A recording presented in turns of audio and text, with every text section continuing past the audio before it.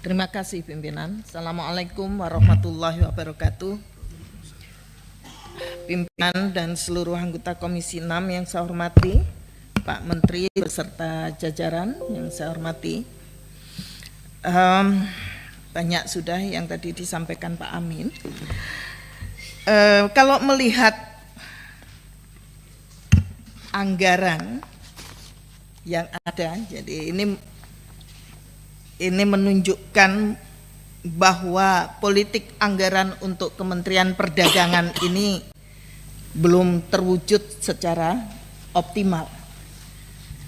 Karena apa?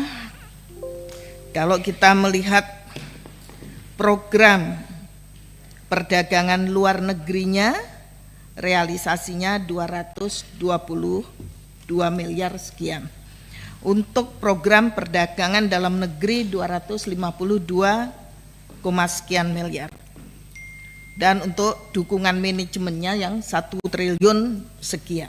Nah, melihat ini semuanya, tentunya ini akan berbanding terbalik dengan agenda-agenda yang harus dilakukan oleh Kementerian Perdagangan untuk mencapai sebuah goal, target dari Kementerian Perdagangan.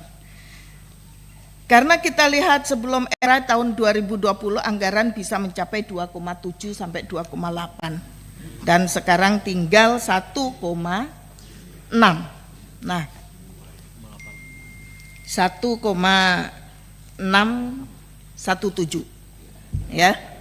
Nah, yang ingin saya tanyakan untuk hal ini, strategi apa yang akan Kementerian Perdagangan lakukan untuk bisa mencapai target sebagaimana yang disampaikan oleh Pak Presiden, yaitu beliau menginginkan adanya pertumbuhan 7 sampai 8% per tahun.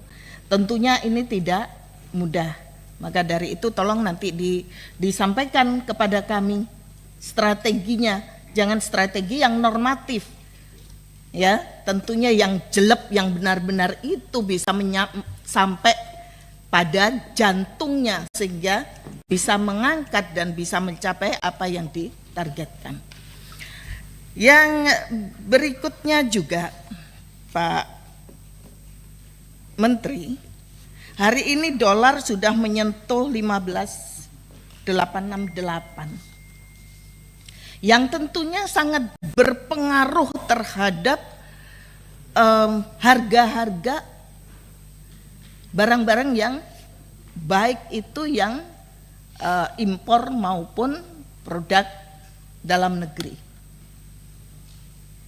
Pasti akan pengaruhnya banyak sekali. Dan ini bisa terlihat di daerah ini secara ekonomi masyarakat kita ini untuk kemampuan atau daya beli masyarakat di daerah, di desa khususnya, itu sangat rendah dan ini terasa sekali. Saya beberapa hari ini dikejutkan, walaupun itu mungkin menjadi satu kebiasaan masyarakat di Gunung Kidul yang mengkonsumsi insek, ya, hewan-hewan insek, yang tentunya walaupun ini menjadi kebiasaan, tetapi sekaligus menunjukkan bahwa masih banyak masyarakat yang terpinggirkan atau kurang mampu. Ini terlihat jelas. Kalau dulu di desa sudah mulai terangkat mereka tidak lagi makan makanan yang ekstrim. Tetapi hari ini di hampir keseluruhan masyarakat sudah lagi mulai makanan-makanan yang dulu masa kecil kami makan. Karena apa? Karena daya beli yang lemah. Nah, tentunya Karena ini menjadi tanggung jawab Kementerian Perdagangan untuk bisa menyediakan barang-barang khususnya kebutuhan pangan bagi masyarakat yang terjangkau. Kalau kita melihat adanya agreement yang sudah dilakukan, rasanya ini sangat berat. Kalau kemudian kita harus digelontor dengan produk-produk impor dengan 0% pajak atau bebas pajak, ini akan sangat mengganggu, bahkan menggerus produk-produk kita sendiri, bahkan termasuk di sini adalah produk-produk yang dihasilkan oleh petani kita. Contohnya susu.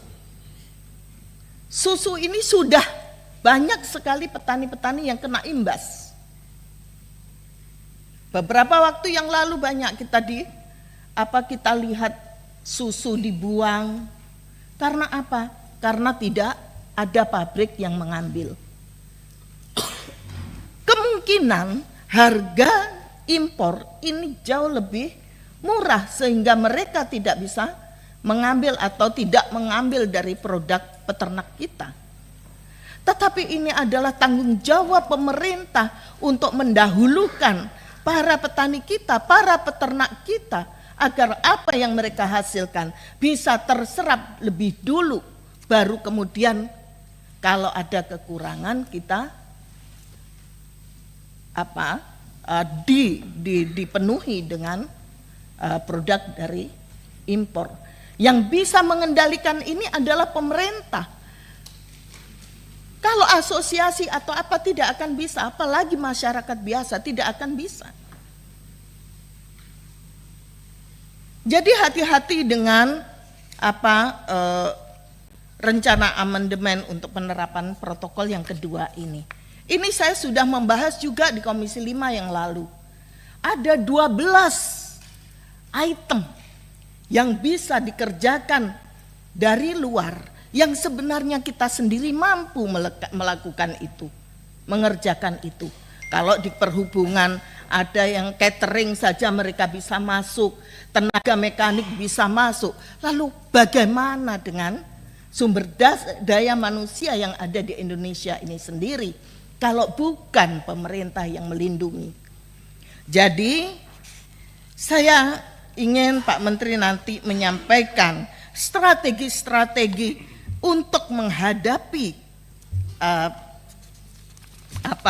perubahan protokol yang kedua ini. Jangan sampai kemudian masyarakat kita harus gulung tikar, pengusaha kecil harus gulung tikar, petani kita harus gulung tikar. Karena apa?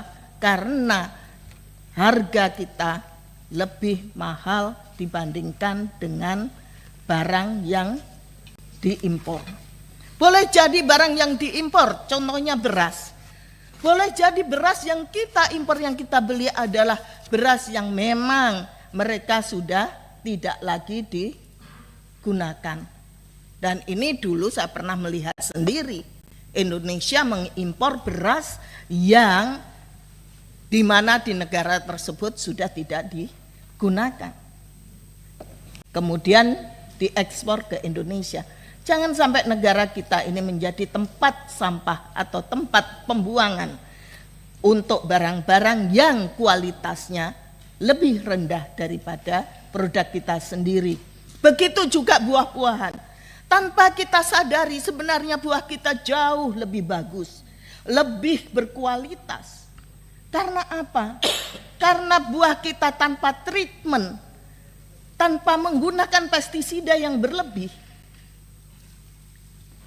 Tetapi kita disuguhkan dengan barang baik, barang bagus tampilannya, tetapi kandungan pestisidanya jauh lebih besar dibandingkan dengan produk kita sendiri. Saya ambil contoh Pak Menteri.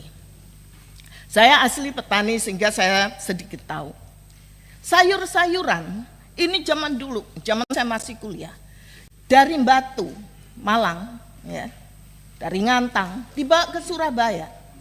Ini harus disemprot pestisida agar sampai Surabaya tidak dimakan oleh ulat, sehingga masih kondisi bagus. Itu dulu. Kemudian pemerintah membuat kebijakan tidak boleh lagi petani menggunakan pestisida yang berlebih dan berbahaya. Tetapi justru kita membiarkan masuknya segala produk, baik itu buah-buahan maupun sayuran, biji-bijian yang semuanya dari luar. Apakah itu semuanya sudah melalui balai karantina? Apakah itu semuanya sudah diuji kandungan pestisidanya? Jangan kemudian masyarakat sudah rame baru kemudian itu dimunculkan atau pemerintah baru jalan untuk bisa